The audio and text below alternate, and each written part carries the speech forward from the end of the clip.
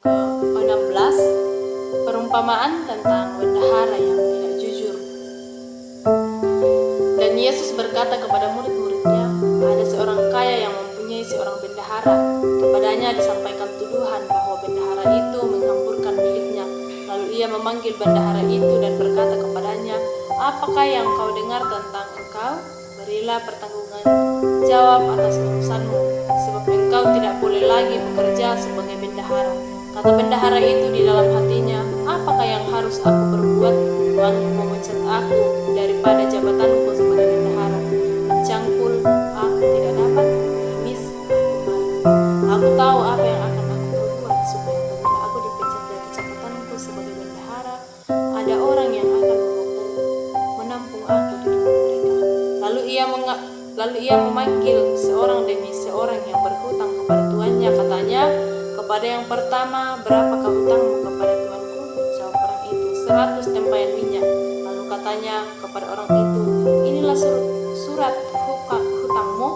Lalu duduklah dan buat surat hutang lain sekarang juga, 50 tempayan. Kemudian ia berkata kepada yang kedua, dan berapakah hutangmu? Jawab orang itu, 100 pikul. Dan katanya kepada orang itu, inilah surat hutangmu, buatlah surat hutang yang lain, 80 pikul. Lalu Tuhan itu memuji bendahara yang tidak jujur itu karena ia telah bertindak dengan cerdik, sebab anak-anak dunia ini lebih cerdik terhadap sesamanya daripada anak-anak terang. Dan aku berkata kepadamu, ikatlah persahabatan dengan mempergunakan mamon yang tidak jujur, supaya jika mamon itu tidak dapat menolong lagi, kamu diterima di dalam kemah abadi. Barang siapa setia dalam perkara-perkara kecil, ia setia juga dalam perkara-perkara besar. Dan barang siapa tidak benar dalam perkara-perkara kecil, ia tidak benar juga dalam perkara-perkara besar. Jadi jikalau kamu tidak setia dalam hal mamon yang tidak jujur, siapakah yang akan mempercayakan kepadamu harta yang sesungguhnya? Dan jikalau kamu tidak setia dalam harta orang lain, siapakah yang akan menyerahkan hartamu sendiri kepadamu? Seorang hamba tidak dapat mengabdi kepada dua tuan, karena jika demikian, ia akan membenci yang seorang dan yang mengasihi yang lain, atau ia akan setia kepada yang seorang dan tidak mengindahkan yang lain. Kamu tidak dapat mengabdi kepada Allah dan kepada Mammon. Semuanya itu didengar oleh orang-orang Farisi, hamba-hamba uang itu, dan mereka mencemoohkan dia. Lalu ia berkata kepada mereka, kamu membenarkan diri di hadapan orang, tetapi Allah mengetahui hatimu. Sebab apa yang dikagumi manusia dibenci oleh Allah. Hukum Taurat dan kitab para nabi berlaku sampai kepada zaman Yohanes, dan sejak waktu itu kerajaan Allah diberitakan dan setiap orang menggagahinya, merebut memasukinya. Lebih mudah langit dan bumi lenyap daripada satu titik dari hukum Taurat batal. Setiap orang yang menceraikan istrinya lalu kawin dengan perempuan lain, ia berbuat zina. Dan barang siapa kawin dengan perempuan yang diceraikan suaminya, ia berbuat zina.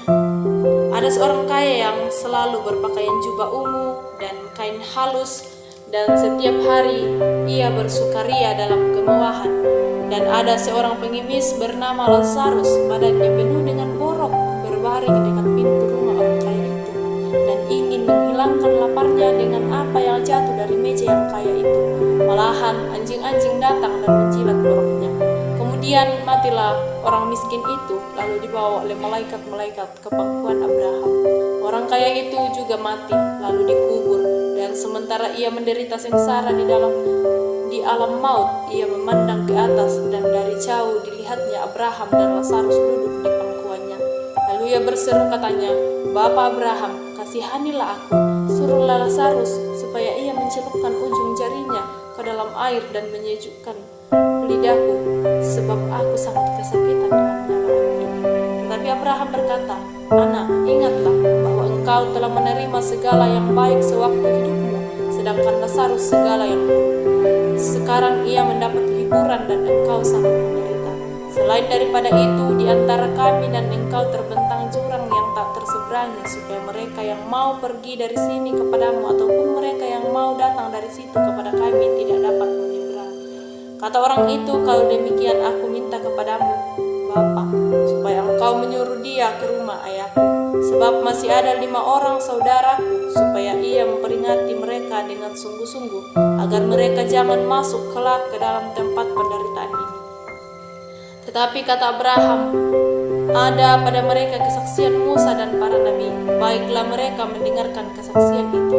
Jawab orang itu, tidak, Bapa Abraham, tetapi jika ada seorang yang datang dari antara orang mati kepada mereka, mereka akan bertobat, kata Abraham kepadanya. Jika mereka tidak mendengarkan kesaksian Musa dan para nabi, mereka tidak juga akan mau diyakinkan, sekalipun oleh seorang yang bangkit dari antara